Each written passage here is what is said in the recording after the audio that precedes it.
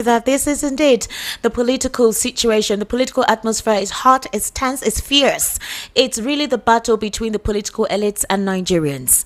So here it is. As opposition political figures rally around the African Democratic Congress in a bid to challenge President Bola Ahmed Tinubu in the 2027 general elections, well, leaders of the People's Democratic Party are stepping up efforts to prevent further defections from the party. Now, multiple sources in the party who spoke on condition of anonymity due to lack of authorization reveal that the PDP leaders are actively engaging leaders and members across the country, urging them not to align with the ADC. Now, an insider disclosed that the PDP was prepared to deny tickets to any elected member fraternizing with the coalition unless they publicly reaffirm loyalty to the PDP and rejected the opposition alliance. So you must not be in cahoots. They must not see you together with all those who are already in the ADC. I also wanted to remember that Labour Party in one of the northern states has collapsed their structure. They have all defected to the ADC. Their permutations that they want to see how the ADC will structure itself. There are more persons intended to defect from the APC and the PDP as well. Once the ADC has a stronghold, specifically the northerners. So again, there's an issue with the northerners. To be honest with you, there's a real issue with them. But let's continue.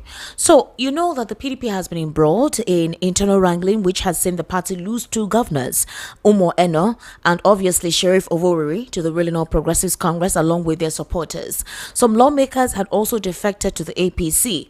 Now, on April 15 in Ibadan, Oyo State, PDP governors declared that the party would steer clear of the emerging coalition aimed at unseating President Tinubu in 2027. That position was later echoed by members of the party's National Working Committee, led by the acting national chairman Umar Damagum, who insisted that while the PDP remained open to receiving members and defectors, it had no intention of joining any coalition. Labour Party also said the same thing, that they do not have any intention of joining the coalition. Now, despite this stance, some influential PDP chieftains, including former Vice President Atiku Abubakar, which was obviously obvious, ex-Senate President David Mark, and former Jigawa State Governor Sule Lamido, have urged party members and the wider public to support the ADC-led coalition. Their call was contained in a communique signed by Mark following a PDP coalition meeting held at the Transcorp Hilton in Abuja on July 1.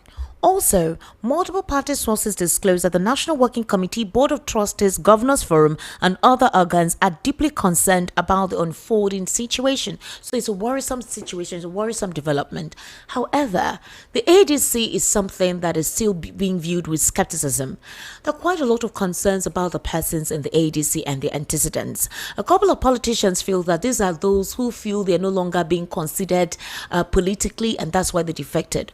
Others feel that why can't the North, for once, just stay behind? It's the time of the South. Why would the North still want to fight for a presidential ticket when Buhari just finished 8 years, considering what their verbal agreement or non-constitutional agreement is about the North and the South sharing power? Now, who are these persons who think they will be better than President Bola Ahmed Tinubu? How politically savvy are they? In terms of governance, what can they do that will be different from what Tinubu is currently doing? The reforms that Tinubu has implemented, is there a better reform package that this coalition can present? The third question is the coalition putting themselves together. Is it a coalition for Nigerians or a coalition for disgruntled politicians who no longer have access to Aso Rock, or who just want to be part of the largesse, the national largesse? All right. So I want us to take a very brief listen to Zainab Galadima's daughter, Zainab. She was on the Mycon podcast. On that podcast, she revealed quite a lot. She expressed her skepticism about the APC, the situation ongoing with the APC, the cabal with the APC, the persons surrounding the president, if they're the ones actually making his administration seem weak and poor. She also talked about the fact that within the APC, there is no democracy. They do installation of persons. It is when you have money that you can actually have access.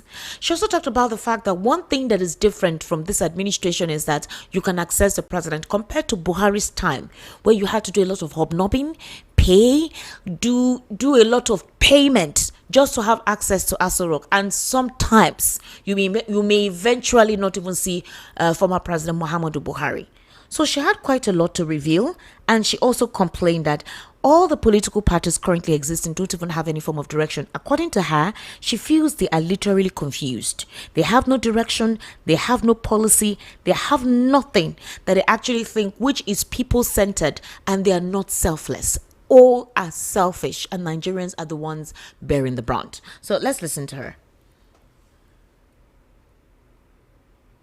Now that makes it look like maybe the Buhari boys or the Buhari people in the APC are up against Bola Tinubu. Did you have that feeling too? Yes, I think these are the people that formed the coalition, and they've been agitating for maybe inclusion, and they feel like maybe things are not being done right. I do understand their situations, but they were in power for 8 years. They handled matters. All those people that were there, they were ministers. They were powerful people in the Buhari government. Anything that is happening in this Tinubu government, they have a hand in it. They should also be held responsible. So I don't see what the screaming is all about. You know, in every situation, you always find people that are not happy. You know, I do understand. I've never been happy since I've been in APC, but you don't see me forming stuff. Maybe you should try and change it. But the thing is, I think I just do not even understand. I'm yet to understand why all this is all about, because I believe that everything has time. And during your own time, what did you do? What policies did you really push forward for the people? So the Malamis and co who are agitating in the APC joining the coalition, you don't agree with them? Not completely. I'm not convinced with their argument. They've spent 8 years in power. And this is just 2 years. You know, I'm not supporting anybody. I'm not happy either way. You know, I'm not happy with the way things are going. Things are really hard, especially now. You know, every morning you open your phone, people are asking you to help them, you know, just to feed for the next meal. You know, so I really want to understand what really it is they're fighting for. You're one of those who helped in your little way. I'm not. Would you describe it last 10 years as a failure to this country? You know, if you, for example now, if you're not in the position of power, you will never understand. But when you go in, you will understand the real damage. And there's some forces, for example, if you really want to make a change and make a difference, there's some forces that always pulls you down.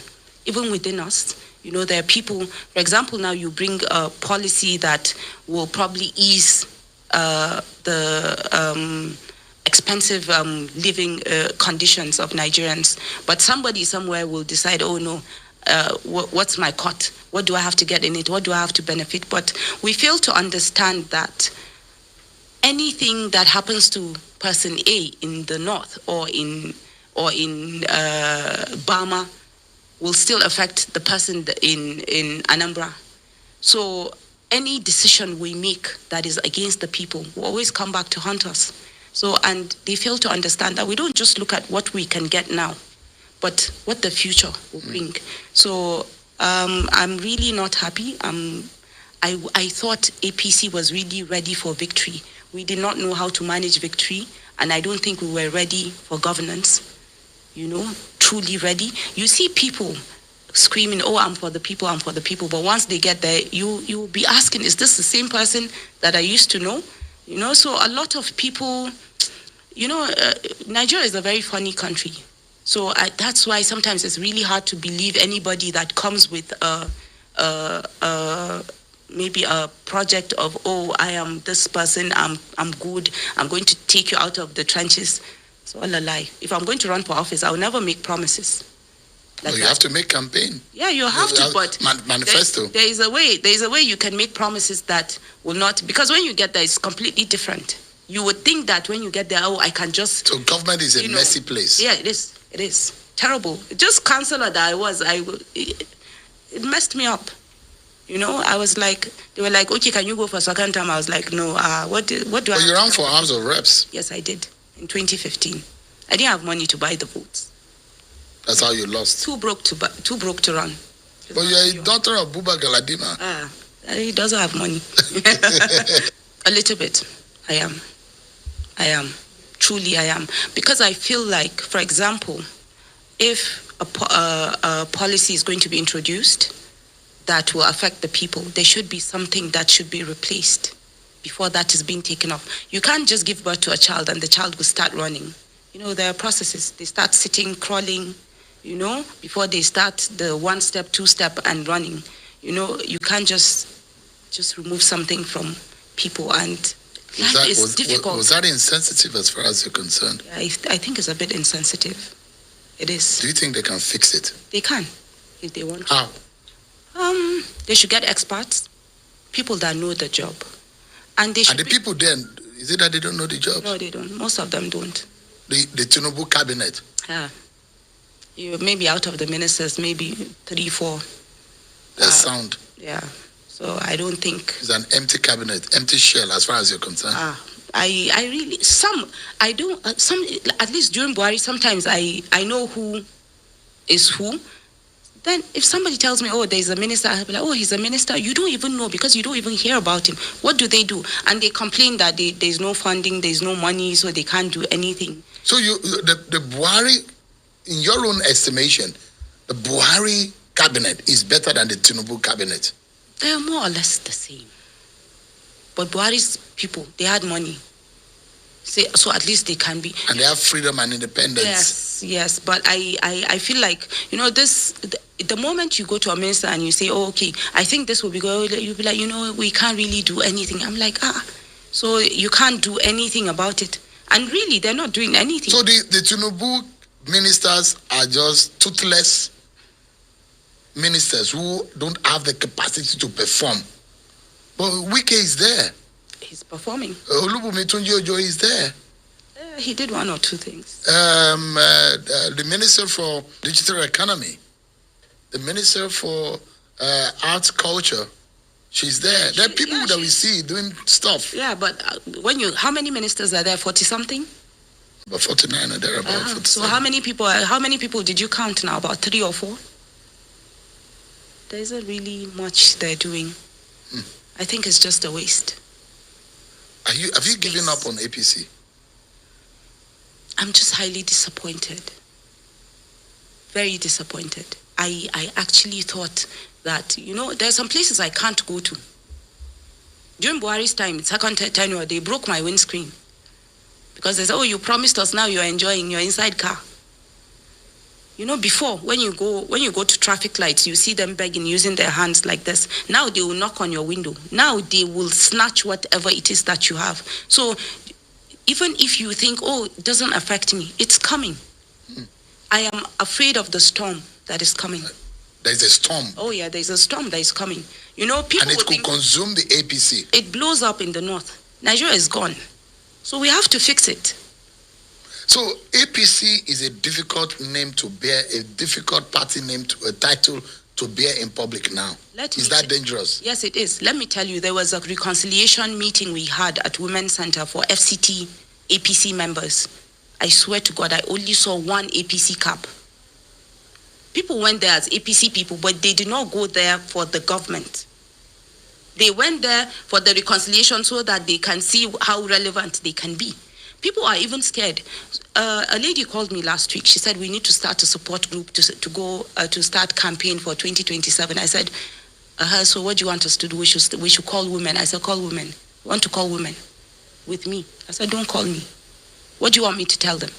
I've already used my goodwill. I've already said, what I'm supposed to say. What do you want me to go and tell them now? So that they will eat me and you. I said, no, go.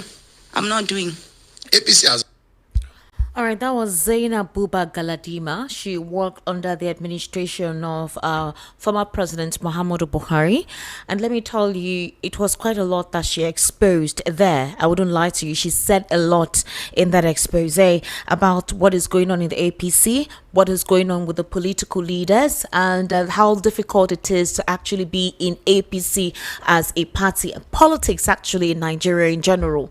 But, with all that is going on, Nyesom Wike has divulged that while taking a swipe at members who defected from the PDP to join the coalition, he said that the African Democratic Congress, which is the official platform adopted by the opposition parties from either Labour Party, PDP and all not, that the group's credibility is being questioned. He's criticizing the credibility of those members, and he said that the coalition reportedly conceived just 6 months into President Tinubu's administration. So it's like they didn't even give the president a breather. These aggrieved persons who maybe wanted one or two things with the president and he did not give them access, he rather put his own persons, all right, in the cabinet, persons that he trusts, and those ones are not happy. They started plotting to remove him 6 months into his administration. 6 months into it. I am not saying that Wike himself has a clean hand or that he's not a politician or they're not embezzlers, but the big question is, if the coalition intends to do something different from the way politics is run in this part of the world, with a set of persons in that coalition, will they be able to achieve it? Others are saying that it is necessary. If you want to get to the cross of Calvary, you may want to dine with the devil. Understand the devil's antics. Let the devil provide what he needs to provide to assist you. And then when you get there, you do what you need to do. But is it that easy? Do you hear what Zainab said? It's not that easy as you think. She says people campaign and make promises, but when they get there, it's like something else takes over them. Now, let's look at the coalition. The reason why the coalition is being looked into is because that's basically was a topical thing in this polity. And the political supporters of President Bola Ahmed Tinubu, they are on with their propaganda. The coalition too, they are on with it. Now, they have the Atiku supporters and obviously the obedience. The obedience are insisting that in this coalition, it is either Peter Obi as president or not. If Peter Obi is not given to be the presidential flag bearer, they will distance themselves from it and possibly let Tinubu continue. Everybody they suffer, make it join.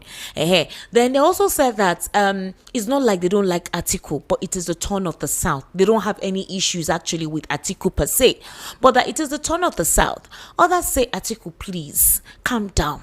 You have tried and tried and tried. I know that you have a right to campaign, but it is the turn of the South. It was the same thing that happened with the PDP in 2023 that made the party become what it is now. And you want to bring that same thing, in this particular coalition. Dati Papa Ahmed also said the same thing. He said, for example, that in a very recent interview, I think that was with Daily Trust TV, he said that the ADC should not have a default leader, as the APC did when the former president Muhammadu Buhari emerged as the party's presidential candidate in 2015. He said if you bring out Atiku, they know how to work against Atiku, and he is welcome to win. If he wins, we will support him. You need the candidate that can't understand, that they cannot understand, a candidate that the APC cannot understand, that they do not know where to catch, and that is how they'll win an election. Baba Ahmed asserted that the coalition consisting of political bigwigs, including Atiku Abubakar, former VP, former presidential candidate Peter Obi, former Minister of Transportation Rotimi Amechi, Senate President David Mark, numerous other former governors, they're full with persons with presidential ambitions. That the ADC does not have a politician in the mold of Bola Tinubu who suppressed his ambition to platform the likes of Atiku in 2007, or former President Muhammadu Buhari, who joined the APC-backed coalition with 12 million followers to defeat former President Goodluck Jonathan in 2015. He also clarified that his submissions are not a criticism of the coalition, but insisted that he has not seen a clear strategy from the coalition leaders that could defeat Tinubu. This is Dati Baba Ahmed saying this. You know him. He says it as it is. So now that this is at play, coalition never sit down for ground. Nothing don't start. You understand what I'm trying to say? They're still trying to form themselves, but the supporters are already on. Now, if you know the way primaries are held, there's a level, that's how they go about it. So there are fears that what happened to Kingsley Moghalu could happen to Peter Obi, and once that happens, where does that place him? People say Atiku is too greedy. He should please just try and support Peter Obi, because Peter Obi really respects Atiku. They're literally friends. In fact, he's almost like a tutor, a mentor to Peter Obi. Others feel that Peter Obi should be careful in joining the coalition.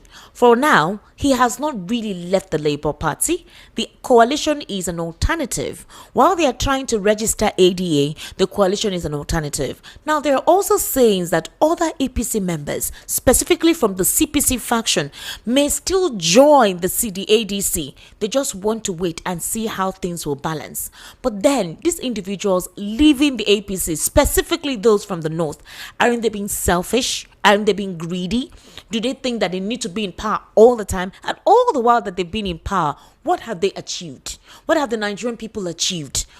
In what way has there been growth? In the north themselves, you still have a lot of persons who don't go to school. You still have no proper infrastructural development going in some of the northern states. They have vast land. You may even go to Zamfara or Niger State. You could literally be traveling for like 4 hours. There's no activity there. There is land, there is space, but then there is no proper education. There's poverty, there's malnutrition, insecurity is on the rise. So in this particular regard, why can't the North wait and see how another region can possibly help? Do you understand? That's a big question. Mr. Lawal Ekundaya is my guest this evening. I'll be calling Barrister Fred Nzako later in the course of the conversation today, because obviously he's part of the coalition, and he'll give us some hindsight into some of the issues and concerns being raised about the coalition. Mr. Lawal Ekundaya, good evening and thank you for joining us today. Yes, I wish you good evening. Good evening. Happy Sunday. I wish you happy Sunday. You heard what Zainab said. She said she's not happy with the APC.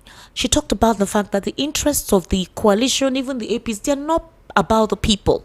She complained about political parties not having the people at heart. And that Nigerians seem to be wanting to repeat, is a recycle of the same old way of doing things. And she literally said that there's going to be a blow up one day.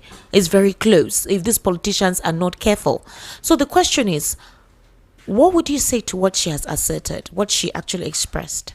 Yes, there's some truth in what she Some? said. Yes. Okay. And there's some personal conviction in what she said. All right. There's some sentiment in what she said. Okay. So everything is modeled up. Now, Okay. if we begin to separate it, now people say something about the coalition. I'm not a member of the coalition. I'm just an analyst and a teacher, mind you. Now, people keep saying they don't. The coalition is full of people who are been in the government, the old government before. People who have this and that, but it's not all of them now. Not all of them were involved in the last administration. Was it all of them? Go and look at all the people who formed. We have Peter Obi. We have Atiku. We have so many others.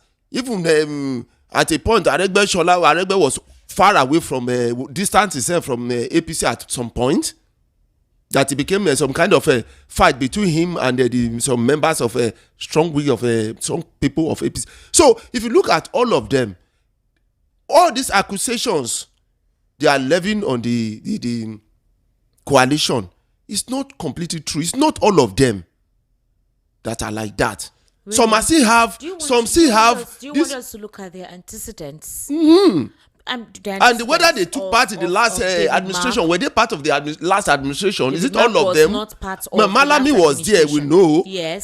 This guy was there. Rotimi Amechi was there. What about Peter Obi? What about Atiku? What about Aregbe? What about Dati? What about so many others? Aregbe worked with Buhari's administration as Minister of Interior. A couple of persons said he was not even effective on. He didn't how really long? Make anything. That was the time they call him that he just does announce public holidays. They feel he wasn't effective when he was Minister of Interior. What I'm saying is that at a point there was a fallout. Yes. Now we have David Mark. We have David Mark as part of it. We have so if you look at all of many of these people they didn't take part in the last administration. Now is it about taking part in the last? Wait, Mr. Lawal, it's better. I know that a lot of us have our interests.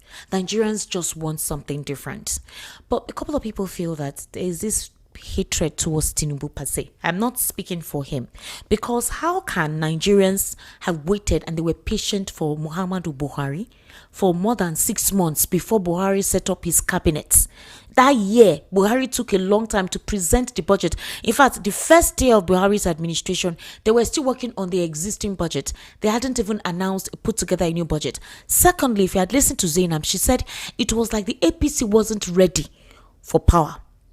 It's like they didn't know they were going to win because they were destabilized. Buhari did not have members. He took time to assess his cabinet and all that. So they did not know how to handle the newfound position they had found themselves as the ruling party in control of government. So it was like the first 4 years of Buhari's administration, they were trying to grapple and understand what the ideology of the party was in directing Nigeria or in governing Nigeria, which made things worse. Because in 2016, after Muhammadu Buhari emerged, for the first time after the PDP's administration, there was a recorded inflation.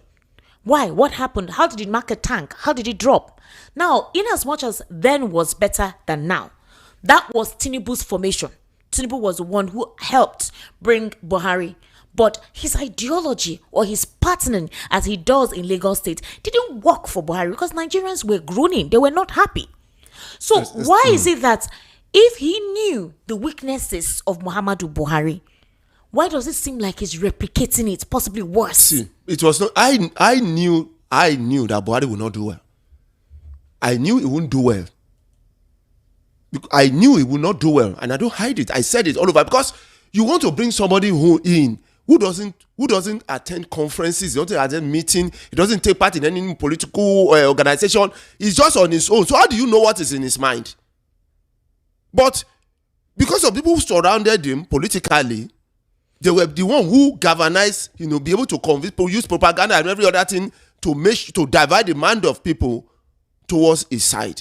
So when he came on board, because he was a flag bearer, everybody was looking up to him, but he had no idea about governance because he never took part. See, the world has gone. The world is evolving every day. You can't allow somebody who does not evolve with the world to lead, because the world will overpass him immediately and he will be far behind, and you also will also be far behind. That's what happened. That's why it took him longer time. It's not that people did not complain. A lot of people were complaining that it is taking him long time to gather his cabinet. It took him long time. And then Saraki came on board. There was a lot of dragging here because Saraki was checking him at a point, and then it was knockout, and then there was a free fall in the whole thing. So now, when this administration came on board, you see some people will say, "Did he promise you this? Did he promise you that?" And it's true. Now, you know why Nigerians are getting it wrong? Because we don't vote for credibility. That's our problem in Nigeria. We don't vote for credibility. We always vote for things like sentiments, political, tribalistic sentiments, religious sentiment. That is what drive our politics in Nigeria, and that is why we keep failing. We don't look for performances. Okay, you are telling me now that is the turn of the South. Is the turn of those things irritates me. It irritates me a lot. Look at UK. UK was the former colonial master of India. They colonized India for many years, but the same Indian descendant ruled Britain as a prime minister. How did they make the son of their former, colony the head of the government? To let you know that they don't think as it stands. We're trying to be realistic here. The UK and whatever, it's still far-reaching. It's far-reaching. I don't know if you understand what I'm saying, but I'm talking about our current. We need to reorient ourselves, our brain. We need to. Wow. You know how the Nigerian political trajectory is. You know how the landscape works. You know the patterning. Yes, we need to reorient ourselves. We need change. We need something new. Who are the persons that will create that new platform, the new templates? That's a big question here. Peter Obi has that in mind, and he has aura, that organic followership, that trust that he will do something different. He's not perfect. He's not a saint. He's a politician, whether you like it or not, right? But what other politicians have done, how they've taken over the nation's wealth to the detriment of the people they promised to govern, he has not really gotten himself into it. Otherwise, this current administration would have brought out all the receipts they need to bring out beyond all the propaganda, mudslinging, and all whatnot. But only one person cannot do it. So the reason why you have the articulates and the obedience clashing, that's the supporters, is and Atiku has an antecedent, no doubt. They're not even looking at his personality, but they are saying it's a time for the South. Let the North chill. They have controlled this government for years, this country for years. What have you put on the table? How has Nigeria been better beyond Musa Yar'Adua, who obviously passed on? He wanted to create something different, despite how he emerged as the president. That is the big question. So for the supporters, they are saying it's Obi or nothing. The articulates, those who are supporting Atiku, the Northerners, actually don't mind because they've been fighting themselves over, whatever. But then they're like, we don't mind working with obedience if our person, Atiku, is touted as a flag bearer. But the obedience are saying, no. Why would we sit down? Why would we condescend for you? When is the time for the South? Now, if you say we should stop that system, why can't that system start in the next? It's not constitutional now. Yes, it's a party agreement. It's a party agreement. Somehow they all so work some around parties. it. So not all the parties. So it's just some parties. Okay, so are you saying now that Atiku will now come into this new party, even if they want to do things in a different way? Anybody that emerges, regardless of the region you come from, can become the flag bearer. Don't you think some people will feel cheated and left out, being the fact that it seems like one person just wants to do it all alone? Let me tell you something. We have been cheated for 80 years. We have been cheated again. It's coming to 10 years now, and it's going further. Okay. And you want to stop the cheating, and you don't put on board what to stop the cheating. You see, the same thing that is creating this cheating. This is the same thing you see put up before yourselves. Okay. Tribalism. You are talking religion, whatever it is, Muslim ticket, Muslim, Christian. I don't care. Even if it is an idol worshiper, somebody who worships Shango. That is the president of this country. As long as you come on board and serve the people, what is my business about that, for God's sake? What about your governor? Who is the governor of in the east or south? Don't they get allocations? Don't they get IGR? What about the local government chairman? Is it from another place? So what is he doing in his local government? I don't know embezzling. You are talking about the president. What about the 36 governors and 774 local government chairmen? What have they done so far in their areas? And they are collecting allocation, they are generating money, and nothing is coming out from there. So have you looked at that? And that these people are from us, and yet look at what they are doing from look at Wike. Is Wike from Abuja? Look at what is causing in his own area, in his own state where he come from, and that thing will affect his family, his immediate family, people, his friends, and every other thing like that. He doesn't care.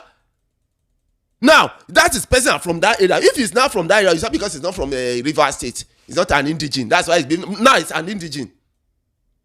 It's an indigene, and look at what he's doing. So many others. We should get out of this. See, the day we restructure this country to make our political office holder or political people who elect into power, that they are our servants, that is when we move forward. And you can call, Esther, you can call if you want somebody to repair your car for you. Okay. Are you beginning to look at, he's from my area, or he's from, are you not going to look for somebody who's competent, and then you pay the person to do your job, and that is that. The person doesn't own the car. You pay the person to do his job. When Obama became president, a Kenyan, a former colony, became president in America, did he go there and begin to take care of Kenya? Did he begin to transfer money from America to Kenya? He was purely an American, and he performed like a servant.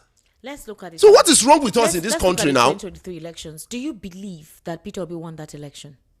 Yes, I So that the server was deliberately switched off. Results were now inflated at the time nobody knew. And then obviously at the quarters where they were counting, you sincerely believe that it was deliberate. A lot of things were mutilated. Yes. And I was aware of that. I know that normally, if it were a normal society, there would have been a rerun.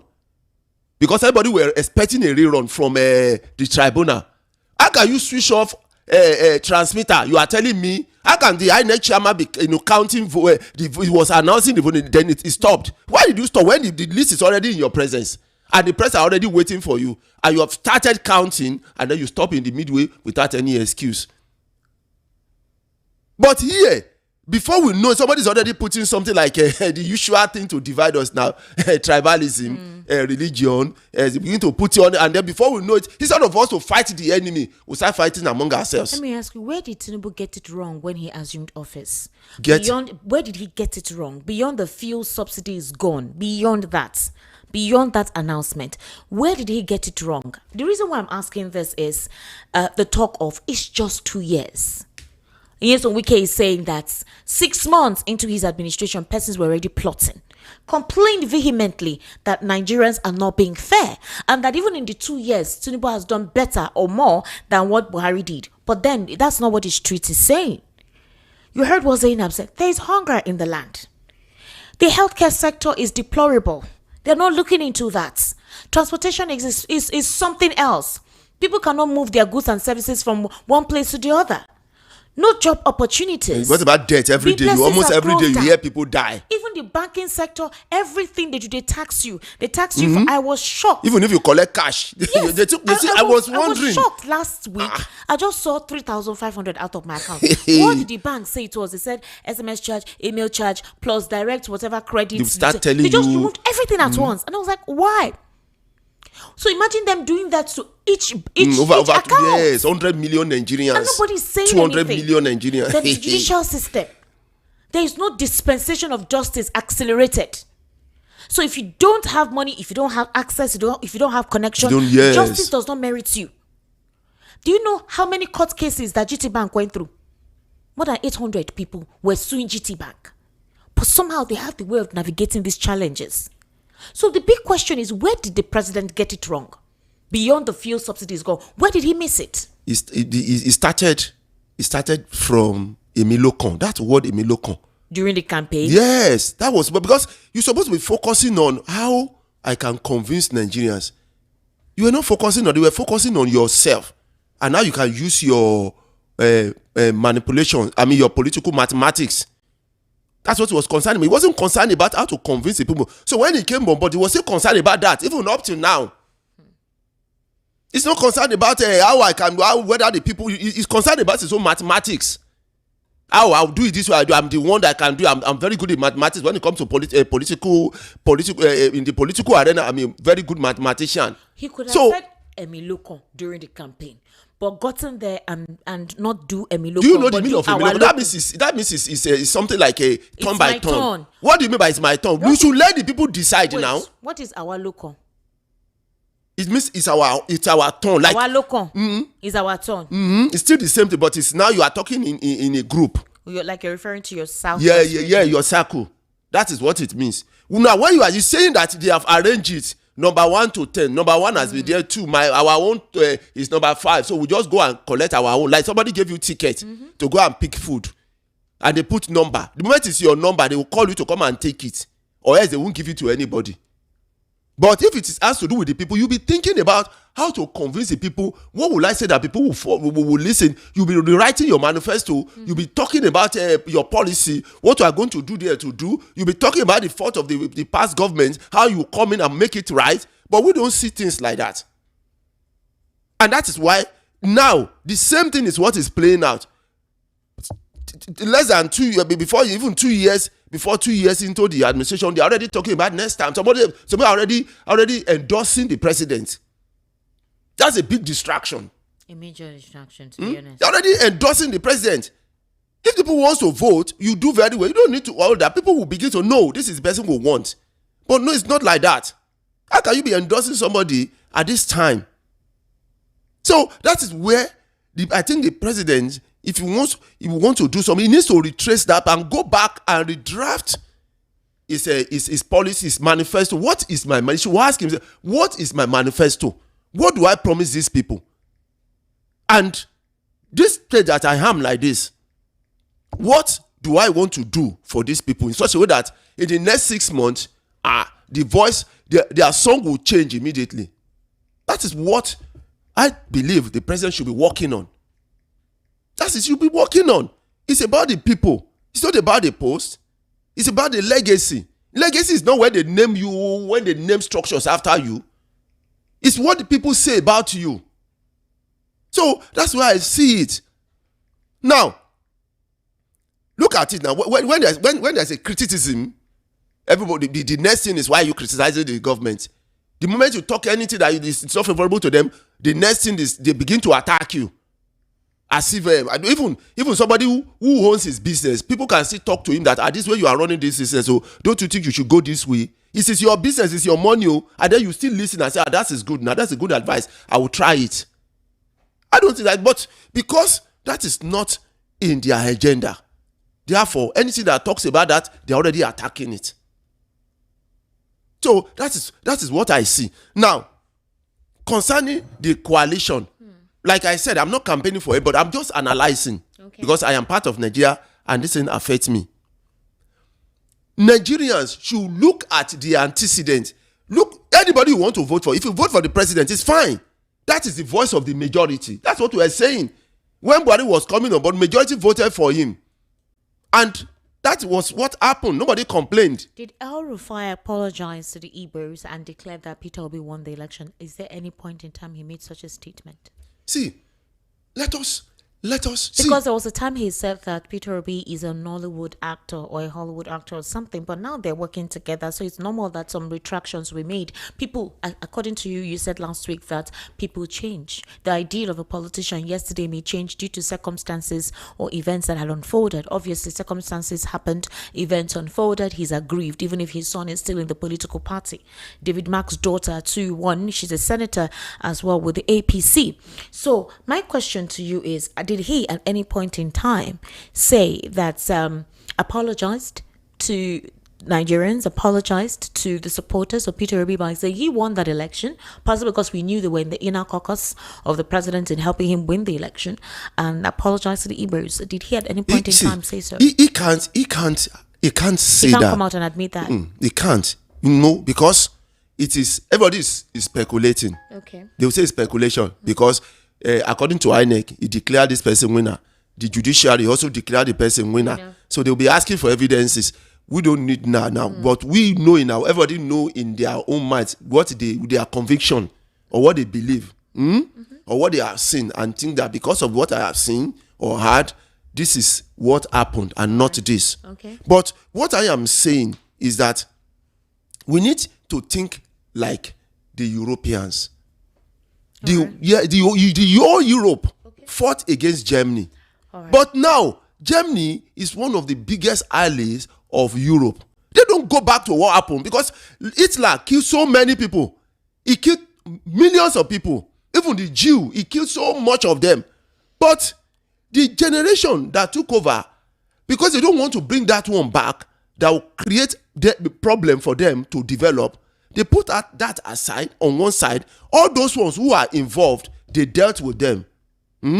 As singularly, they singled them out and dealt with them, not as a German, but as an individual who made political decisions at some point. And some of them were jailed. So we should now put ourselves together, see the way forward. The way forward is for us to put the old this thing behind and move forward. There will be a time for reconciliation, but not now. The former national chairman of the African Democratic Congress, Ralph Umusu, has disclosed that at least 7 prominent figures in the coalition movement are being pushed by supporters to contest the 2027 presidential election. He stated this amidst a growing speculation that some northern power blocks within the coalition movement are already backing the Labour Party's 2023 presidential candidate. Now, aside from Obi, according to Ralph Umusu, he said that supporters of Atiku, Rotimi Amechi, ex-Kaduna and Osun State Governor Nasir El-Rufai, Ralph Aregbesola, and those of Oyo State 2023 ADC governorship candidate Bamidele Ajadi, they're all rooting for their respective leaders to succeed Tinubu. Every one of them like this. All right. He said El Rufai also has his own plan. Even Sule Lamido is also running. I have been part of the coalition conversations and I know the personalities are interested in running. So I am telling you from the inside, even the old ADC may be backing Ajadi. That tells you it is free. In other words, the primary is free. Direct primaries, nobody imposing. So everyone who has an interest to run will actually run on the platform. Now, the supporters of Peter Obi are saying it is not, they don't think it is fair. They feel that some manipulations will take place and that it will put Peter Obi at a disadvantaged, a standpoint of being disadvantaged, that some things could work out and due to some affiliation or whatever, specifically from the Northern Bloc, he may not get it. But that's how the primaries work in when it comes to choosing a flag bearer. So is this an opportunity for Obi to test his weight? Test indeed if your influence, this is the time for you to prove amongst all those guys that when you do it direct without no candidate in position or direct automatic ticket given to anybody, that you have a tendency with your natural organic supporters to win.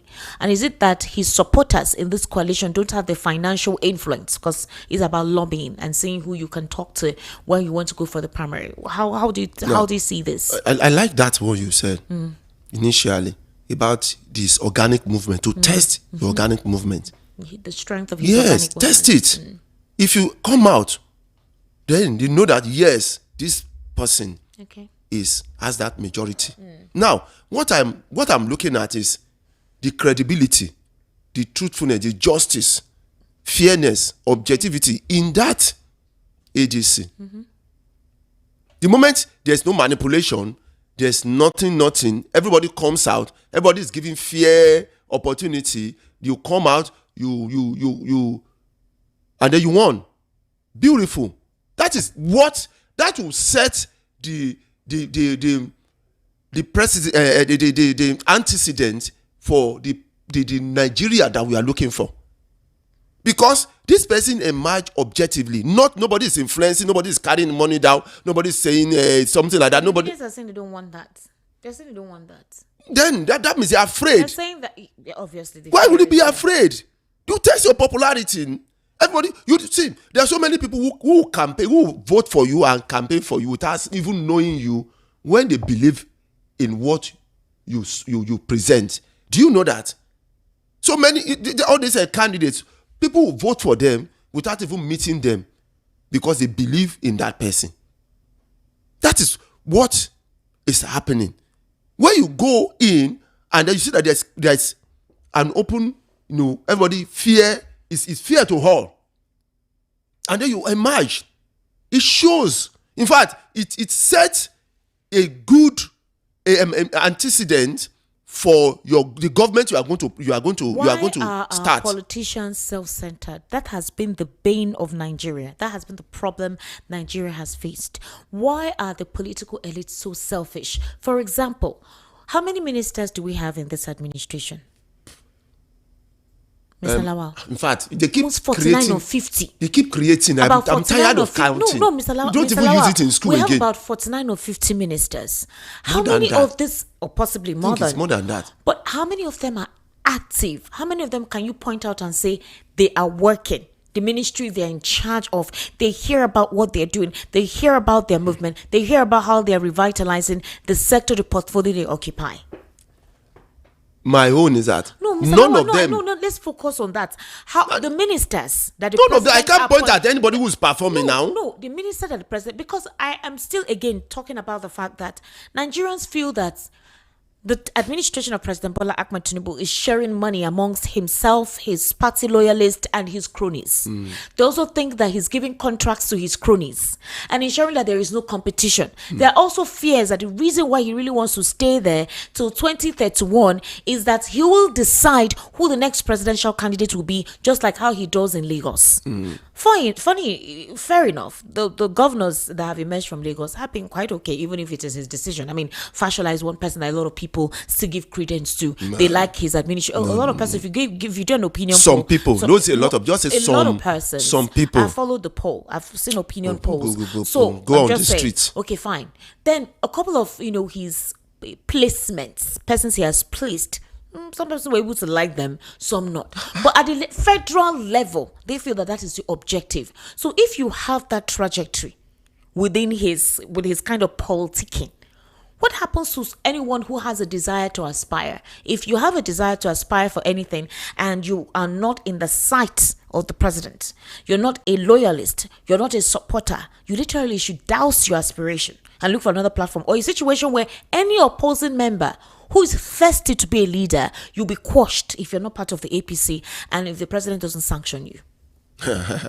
You just that's so many you have outlined. No, it just means that there is no democracy. We know that from the beginning. Now, from Lagos, now there's no democracy now.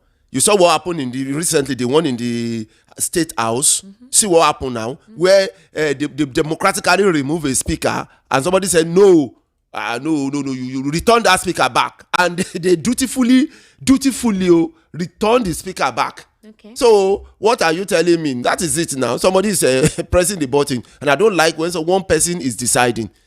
That person competes with God, and he say, I don't like that. I don't, because we are all human beings, so we should be fair to one another. I don't believe anybody is a demigod. Okay. No. Okay, go ahead. So we know that is the system, and the system is playing out too in the federal. We see that it's playing out. Some people come when there's a complaint and everything, nobody wants to listen. The next thing they start attacking you and start attacking people who attack you. You begin to wonder, don't they see it? Are they not seeing it? They see it now, and yet they begin to say something contrary to the truth in order to attack the person who has made the comment. That is what you see. Okay. On ground. Like I said, until this country will begin to elect leaders who are servants, that is where we'll move forward. Now, it's not that Nigerian politicians are bad. No, but we always fail to follow the right people, because the wrong ones always entice us with things. Okay. And then we follow them just like a chicken. You want to catch a chicken, you put a corn on the floor. The chicken start following you, and then you catch the chicken. That is it. Or you want a goat to follow you, you know what to do. The goat start following. That is what they do to us now. It's not that there are no good people. There are good politicians. Okay, let me give you a good example. In 2023, how much many of them look at their aspirant tickets for presidency. You'll be hearing like 100 million. A civil servant who has committed no crime, he came out. Would they afford that? I think that was what happened with Peter Obi in PDP too. That money was too much, and he had his own aspiration. Now, Kayode Ogundamisi, I'm sure you know Kayode Ogundamisi. He says, according to him, he said that he's not a Peter Obi fan, and he's not in any coalition. But if they want to beat Bola Ahmed Tinubu, Peter Obi is the best bet. He said even Lagos isn't safe for Bola with Obi as a consensus candidate, and that's why the president's supporters have been targeting Peter Obi and the region he comes from. That is his geographical location. They've been really targeting it. They want to create some kind of, I don't know, I don't want to use that kind of word on air here. He said his camp mocks Peter Obi publicly. He knows that, but that they fear him privately. So he's giving them free advice to build around that. Now, there's because of how the supporters are reacting with the Peter Obi and Atiku. The supporters are saying Peter Obi are nothing, and then the supporters of Atiku Abubakar are saying, what's wrong with you guys? Atiku too is good. You can't be here and be insulting our principal, and you think we don't have receipts against you to insult your own principal. Let them do the primaries and let it work. We have no choice. If we're intermarrying, we intermarry together and move forward. The clash, do you think, is going to create a problem between Atiku and Peter Obi as individuals, because they're quite close? So do you think this will create a setback in their newfound political romance? It will, because the opposition is enjoying it. Okay. They're enjoying it, because when you divide, it's easy to rule. You divide, and then they become weak, and then you'll be able to conquer them singularly, one after the other. But if they are combined together, they become formidable. So the opposition is enjoying it. That is why I said things like this that are going on. I said that the people who are most popular out of all of them to march together I don't know what is wrong with being president and vice president. I don't know. You don't know. You know why? No, what I'm saying is this. If you see somebody who is credible, who has the same vision like you, what is wrong with partnering with that person? There's nothing wrong other than for you to lose permanently. If you lose, you will not be able to do anything at all, and you cry. Other than for you to work with somebody and be able to actualize that dream you want for your people. That's it. That's why I said, look at the local government chairman in your state. Look at this state. Let's look at this area where we are, Oshodi Solo local government. Look at how big Oshodi Solo local government is. Do you know the revenue that is going to the local government chairman? But who's questioning him? Anything he does, he tried. That's the next thing you hear. That is what goes on all over the country. We talk about the governor. But what makes the coalition different from the current administration? Everyone are there for their own personal interests. They want a taste of being at the presidential villa, Aso Rock. They all have their ambitions. You can tell. They're all politicians. They've served in government for 8 years, some of them 9 years. So they've accumulated wealth. But obviously, no one, like what happened with Tinubu's time was he set aside, he stayed away. He didn't put in his heart in the race. I think that was why his own coalition worked. So why can't this coalition do something like that? No, that is not what made his coalition, the president's coalition, to work. What made it work was that he set Buhari to clear the ground. And then he come in. That's it now. The moment the Buhari won, his person is already there, so he has a better chance of getting in. That's so simple now. That was because he noticed that Buhari, for the 3 times, he was getting the same votes. Yes, apart from that, he was very popular. He was very popular. And people were having issue with Jonathan. Why can't the same thing be replicated in the coalition? It's not that it's not replicated. Even in 2023. But what happened was that's why some people were saying that Obi won, this person won, that there was a manipulation here and there. That was why they were saying that. Because they see it as not being free and fair. Right. That's why, compared to when Buhari came on board during the time of Jonathan, there was no complaint at all. In fact, Jonathan even shake him himself and accepted defeat. There was nobody went to court, nobody complained. Everybody was just, the only problem was that Buhari did not do as expected. Adibini did very well. In fact, it will have set the ball rolling for APC just truly. But because he didn't do well, people wanted something different, because they saw that we were expecting that where Jonathan put us will go up, but we're going down further. So we need to arrest it. Right. So that's why it happens that way. Wike says that those in the coalition are just there to rescue their stomach, not Nigerians.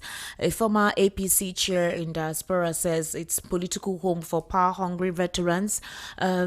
Also, it's quite funny. Ebonyi is APC chairman in Ebonyi are saying that they're not afraid of the coalition, and some other persons feel that the APC has failed to fulfill its 2023 campaign promises, and so that's the reason why internally we may not know, but that could be a problem for them. So there's already an internal issue amongst them. What the question is, APC should come on board. They should not stop talking on media, on this social media where nobody is difficult to reply. Come on board, come on air, on popular stations, and tell us what you have done so far that we need to hold on to be able to vote you into power now. Again, come on board. Renu Omokri, please come on board now. Come on radio. Let people call in. They will mention the subsidy removal. They will mention. Let them tell us the benefit. There is nothing now the coalition can use, or any other opposing candidate can use against the government. Let me tell you something. If you slap somebody, if a husband and wife are playing, if the husband if the wife slap the husband, he will say, "I'm playing with you now." Okay. And there are times in which he will slap the husband will slap him back. You understand? Now that is what is happening. Now, if you remove subsidy, tell us where the subsidy put Nigerians. It didn't make their life better, or it made it worse. Now you have removed subsidy. Let Nigerians call and tell you whether the subsidy you remove made their life better or made their life worse. You don't say because you remove subsidy, therefore you have scored yourself mark. No. You have to let the people who feel it to score you. That is the way. Okay. The people who feel it to score you. They will not be, each ministry will not begin, okay, I will remove subsidy. They will not tell you that subsidy actually did very well in their life. They will not begin to congratulate you on media. They will call in the way they call in from here now. They will not call you and clap for you that thing you did, make their life better. Or they will call in and maybe insult you and curse you that what you did not make their life better. Come on in and tell them and begin to talk about each ministry. How much is flight now?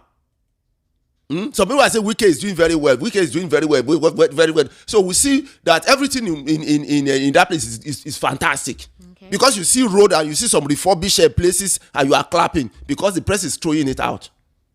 There are so many other states who are doing far better than that. Go to your state now. Okay. And nobody's clapping. Let's take a listen to this. So there's already an internal issue amongst them. Okay, I'm sorry. Just hold on.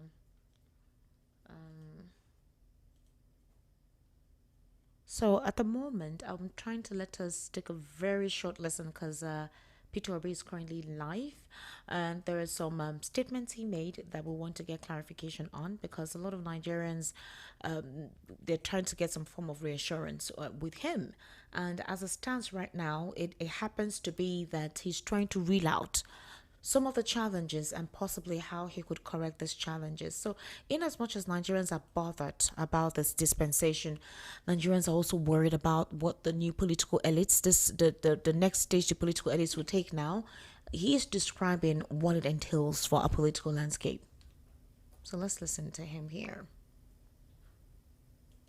For 2027 election. And for that, we've just adopted ADC. Going on, other parties, other individuals are going to still come in. But it's just like an unveiling, like you used it before, an adoption, which will still go into bringing other people together under the same umbrella and saying, we want better governance for this country. We want to see more competent government with the capacity and character to do the right things. So at some point you are going to leave Labour Party, is that it? Well, where we are, the coalition, this coalition might have other parties that will come together, like it's happened in the past, and change the name of the party, anything. But right now we've adopted one party. The other ones are going to come in. So we can't say whether we're going to leave this or we're going to come into this. What is constant now is that we've all agreed to work together. The implication is a legal one. Whether or not, as someone who is intending to run for office, you have the ability to participate or be in two political parties, it then means that will affect your ability. So there's a difference in between intention and being. I said I'm a member of this. And I'm going to work with this group. So it's like, oh, well, I want to invest in this company, where they say, oh, you cannot be in two companies at the same time. But I have indicated my intention. I want to go into this. That is not. Well, you don't see it as anti-party. No. There's not an anti-party. No, because I don't think Labour Party has agreed to remember, we said for 2027. Say we're not in 2027, we're in 2025. It's clear. We've adopted this for 2027. So if I say I'm going to this, that doesn't say, oh, well, listen, I want to be sharing, I want to be able to be part of your dinner in the evening. That doesn't mean I should abandon my breakfast and lunch because I intended to come and eat your dinner. No, we're going there. So we're going to go together. We are not abandoning where we are. At some stage, when that happens, you know. So you are thinking of being a running mate to Atiku. Is that the case right now? That's your intention? Again, Shehu, this is not in play. Nobody have ever discussed that. You know what I'm asking? People assume so many things. Nobody have ever discussed with me whether I'm going to be A or B or C. Shehu, I'm going to contest for the President of the Federal Republic of Nigeria. And I believe I'm qualified for it. You know the reason why I'm asking this? The coalition is being touted as Atiku-led coalition.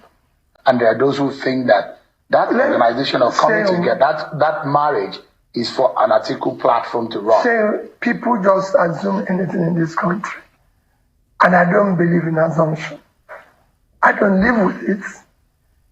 I'm part of a coalition which will be able to produce a competent president with capacity, compassion to save this country. And all right. So, ladies and gentlemen, that's Peter Obi at this moment. I'm sure a couple of supporters to Obedience and Articulate, I hope you guys have heard, because they've been back and forth. Peter Obi or nothing, Peter Obi or nothing. Right now, he's still in the Labour Party as it stands. The ADC is a coalition, a party they have adopted to be part of while they're working ahead of 2027. They are all working together for the same interest. He has put his heart in the race. And the way it is now, this marriage, objectively, anybody who emerges, everybody supports the person. So if the fact that you don't get it, you support the person with your own supporters. So are the Obedience ready for this? That if it happens to be in this coalition now, that they do a presidential whatever primary at some point, if he decides to join the party, that if he doesn't emerge as a party's flag bearer, that they would support whoever emerges. Because that's the plan. That's the arrangement. They want somebody competent, somebody that will consider the people first. So is it possible to say that the early permutations and the wake of doom that the Articulates and the Obedience are clashing all over, my candidate or no other person, does this prove that there is no need for it? It proves that they are the one that is selfish and self-centered. Okay. It proves that, because it's not about the candidate, it's about the performance. Okay. It's about the objectivity. It's about the platform that the candidate is coming out from. That platform, I'm not saying bad platform of a party. I'm saying is the platform credible? Is it an objective platform? Or is it this Babasokpe type of platform? Or the platform that is controlled by some certain group of people? But if it's an objective platform, let that objective platform be the antecedent for every other one. By that time, you know you are coming from that platform that is objective. Then what you are going to do, you are likely going to be objective in your leadership, because nobody is sponsoring you, nobody is controlling you, nobody is deciding for you. You will now go there based on the fact that objectively I got this ticket. Interesting. All right, ladies and gentlemen, let's get your reaction right about now. The number to call is 080-3692-9933, 080-3692-9933. That's the number. And the WhatsApp number to call is 0817-1756-338. Hello, good evening. How are you? Welcome. Hello. Hello. Hello. Yes, good evening. Yeah, How are good you? evening. Good evening, sir. Yeah, What's your name? good evening. This is Ebuwo Chibuzo from Ojo. All right, sir. Go ahead. You see, my own advice to Peter Obi, I'm one of the supporters of Peter Obi. I'm one of the people that promoted Peter Obi in many of the radio stations 2022. I said a lot of things because I know Peter Obi right from Anambra State. So my advice to Peter Obi, because that 2023, I was saying it. Can Peter Obi be the vice of Atiku? They could have won this election openly. But now, this is the second time this thing is coming up again. If Peter Obi made his chance, let him be the vice president for Atiku. No matter how it be, he will surely become the president of Nigeria in due time. That's my own advice. But if he insists to be the president candidate, definitely he will lose, because APC wants him to be the president candidate. That's the secret. Thank you. Thank you very much. 080-3692-9933. That's the number to call. 080-3692-9933. Hello, good evening. How are you?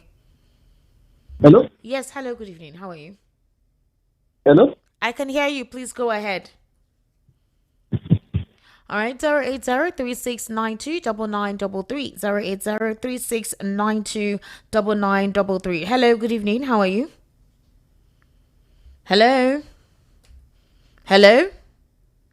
All right, 080-3692-9933. That's the number. 080-3692-9933. Hello, good evening. How are you? Hello, good evening. Yes, good evening. Welcome. What's your name, please? I'm Mr. Jude from Malaba International. Mr. Jude, you are the plug. Please go ahead, sir. A new caller, please. Oh, wow. Welcome. Best of luck. Okay.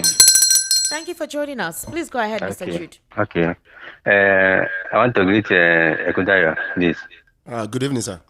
There was when he mentioned about during the last election that Goodluck shook Buhari, that he has won. Do you know why he shook him? Please go ahead. You don't have time. He shook him because he don't want to commit that waste blood. That's why. If it's somebody like Obasanjo, he will just cancel or suspend that The election. radio at your end is on. You can hear that. 08036929933. All right. Hello. Good evening. How are you? Hello. Turn down the volume of your radio. 08036929933. When you call, please just turn off your radio completely. Turn it off. Hello. Good evening. How are you? Hello. Hello. 08036929933. Network or Guinea. What is the problem? Hello. Good evening. How are you? Hello, Esther. Good evening, sir. What's your name, please? Good evening, Esther. And now I couldn't Ben from Neighbor. Ben. Good evening, sir. How are you, Ben? Happy Hi, Sunday. Esther. You're too much. Happy Sunday. Thank you very much. Thank you. You're trying. Thank you. Esther, you see, I don't know when we are saying it is not removal of subsidy that is causing problem in this country. It was the trauma, the echo, the manner he removed the subsidy. That announcement, subsidy is gone. It should be the foundation of this country. It penetrated inside Pakistan's warehouse, industries, manufacturers, refineries, everywhere, filling stations. The announcement, instructions begin to go, lock your filling station, lock it. No fuel. Do you understand me? That announcement, everybody begin to change, adjusting the prices of it, and we have never recovered it today. I'm telling you the truth, the problem we have in this country is that Tinubu have no capacity to be a president right now. What are the capacities a leader needs?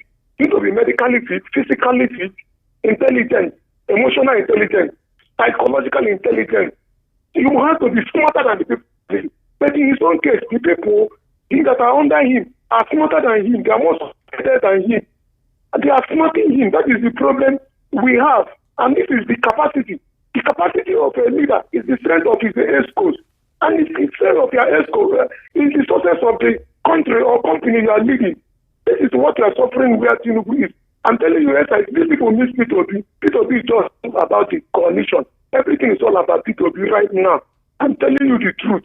I'm not talking because I'm an Igbo man. It's only an Igbo man that has solution to the problem of this country. Let them spoil this country more 5 times and hand it over to P2B. You see what is in this nation. And 2 years, you will see Nigeria taking shape. But there was governor of Anambra State. Obasanjo was fighting him and the Oba family. Everybody was celebrating him. People were painting his pictures on their houses.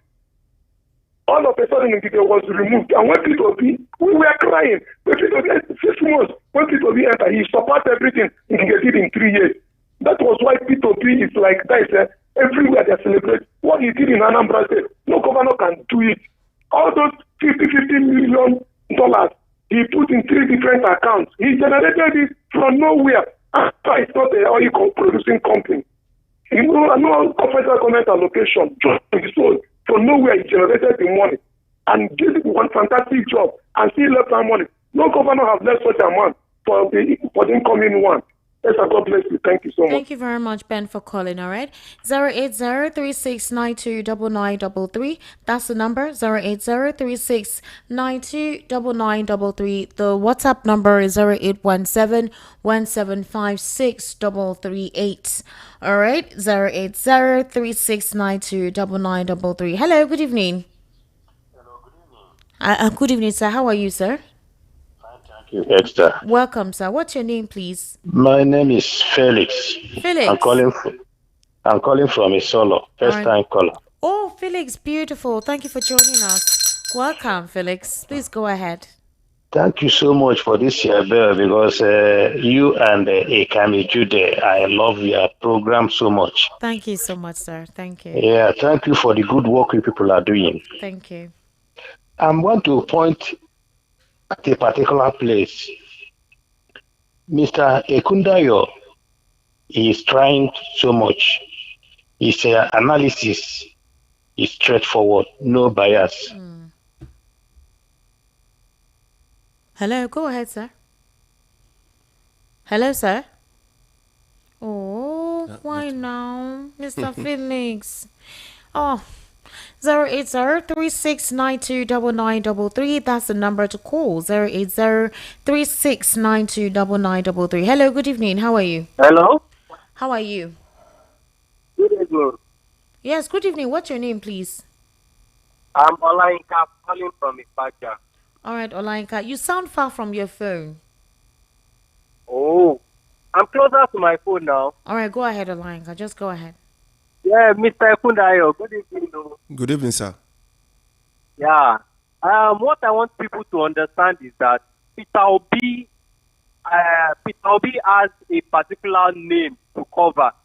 And if you want to attend that seat, there is no how you can get to that position without maybe your name will be dented on. So the only solution Peter Obi can do for us now is that it will just find a way to like Atiku to be the vibe and explain to the Nigerians, explain to his followers that this thing he is doing is not about himself. It is about him working for Nigeria. It is not being this time around. We don't need to be selfish with ourselves. So Peter Obi should not be selfish, should not be greedy alone to say he wants to go for the presidency. Okay. Alone. Okay. What are you referring to? What is your advice? What I'm trying to say now is that Peter Obi should work under Atiku for now and explain to his followers that for now he is not being greedy and he is not being so ambitious to attain that seat for now. All right. So the best thing for him to do is to work with Atiku, and after 8 years, he can now come out. 4 years or no. Okay. Thank you very much. Thank you. Peter, we don't talk say by 2031, you know the politics again. Oh. Hello, good evening. How are you? Hello. Good evening, sir. Welcome. Good evening. God bless you. God bless you, sir. What's your name, sir? I am Machineke. Machineke. Location, sir? Greenfield Estate. Okay, go ahead, sir. I want to chip in two things that I believe that will worry this election. Ekundayo, I love you. Thank you. God bless you. Oh, thank you, sir. Keep on speaking the truth. And I believe your truth. But one thing, Ekundayo, I want to tell you this thing. Atiku is power drunk. And Atiku will never come down for P2P. This is true. And another thing, we are talking of this nation, this particular nation, to be one, if it is possible. But you remember what happened at Uromi. How our brothers there react on the Fulanis that carry gun and say they are doing they are hunters. The way Atiku reacted show us that he has Fulani agenda in him. Yeah. Yes. Okay. We are, excuse me, ma. We are now saying this. If P2B will be first for 4 years, Atiku will never take 4 years. Mark my word. All right, thank you so much, sir. Esther, I greet you on the guest. Honestly, Nigerians are passing through severe punishment in the hands of this APC government. If you are sending money from the USSD, you'll be charged 6 naira 98 kobo in each transaction you made. Is this development not robbery against Nigerians? Please advise Nigerians to collect any amount the APC members will offer you during election and vote for the candidate of your choice. It is your money they are stealing from you. I have not seen this kind of government before. Nigerians, I beg, let's join hands together and stop further suffering the next 4 years. Mr. T from Okota. Okay, Mr. T, remember Okay, remember in the Bible, the people that God used to save the Israelites are rough and stubborn people, and some of them committed crimes before. Village man from Idimu. Elliot from Airport Road, I feel it's wrong to tag the coalition as not coming to grab power. Should Nigeria stay quiet and allow this administration to maintain the status quo? The coalition was just formed recently, and whether we like it or not, the coalition needs a might that forms it. Even though I can't support Atiku for president, I stand by Peter Obi all the way, but we should stop this argument about the North versus the South. It keeps dividing the country. Elliot from Airport Road, okay? Good evening, VOP crew. Good evening to you. How are you, sir? Outside Peter Obi, the rest of them in the coalition were same people that formed coalition in 2012 that brought APC to government. Look at where we are today. Are we better than them? It is this current coalition succeeds. What would they bring on board? Are they coming in with something different or the same APC ideology? Well, we're watching as the planet is listening, Comrade Abraham. Okay. Good evening, Esther. My prayers whatsoever that wants to use hunger as a campaign slogan to deceive innocent Nigerians to go back to the darkest days of strike, fear, scarcity, and hopelessness. That hunger will not depart from their home and family. Esther, read my prayers. God will save. Okay, all right. I cherish intelligence debate, but Shakabula have taken the waves. Okay, Shakabula, well done. Good evening, Esther. Good evening to you. How are you? Okay. Good evening, VOP. Coalition without electoral reform, I doubt it. Good evening, Esther, Mr. Akunda. If you observe, out of 65 years of our independence, the Northerners have ruled this country for more than any other section of the country, yet the North remains a headquarter of poverty, illiteracy, and underdevelopment in the true sense of it. Every year, their leaders brainwash them with tribe and religion. Better still, leadership entitlement mentality, like what Reno Mokri is doing. Ikemba from Makoluku Shudi. Good evening, Esther, and your guest, Mr. Lawal. Esther, you always talk of how Tinubu worked as a governor of Lagos State. Tinubu did not do anything as a governor of Lagos State. He only created Agbero. Stop telling us that what Tinubu did in Lagos as a governor. You were not here during Tinubu's government as a governor. Whenever you ask where did he get it wrong, or how did he get it wrong, in all areas, hunger, insecurity, killings, poverty, anger, division all over. Chikezi from Ago. All right, good evening, Ezra and the analyst. Your analyst is looking at Nigeria as a normal country, but as currently constituted, it is not. Truth is, some part of Nigeria deliberately shut out of power in Nigeria. Until that part of the country takes her turn, Nigeria will not know peace. The coalition is a northern agenda to take back power. If the North insists on contesting, I expect Obi to play the spoiler game and give Tinubu a safe right to a second term. I actually prefer Tinubu to continue than for the North to take back power against the unwritten North-South gentleman power rotation agreement. This is from Livinus. Good evening, Esther. It's obvious that the contract that put Nigeria together is expired. The evidence is double currency in circulation, double constitution, jam and electoral glitches, so rock being burned, snakes swallowing money. Even Trump, in his wisdom, can't salvage this wrongly laid foundation. Restructuring electoral reform should be the topic here. Uche from Okota. Alright, objectivity seems to be in short supply in Nigeria's political discourse. Commentators appear to be taking sides rather than providing balanced analysis. It is disheartening to see bias overshadowing criminal examination of issues. Our forefathers complained about government long before I was born. Honestly, which Nigerian president hasn't been a subject of complaint? Abidin.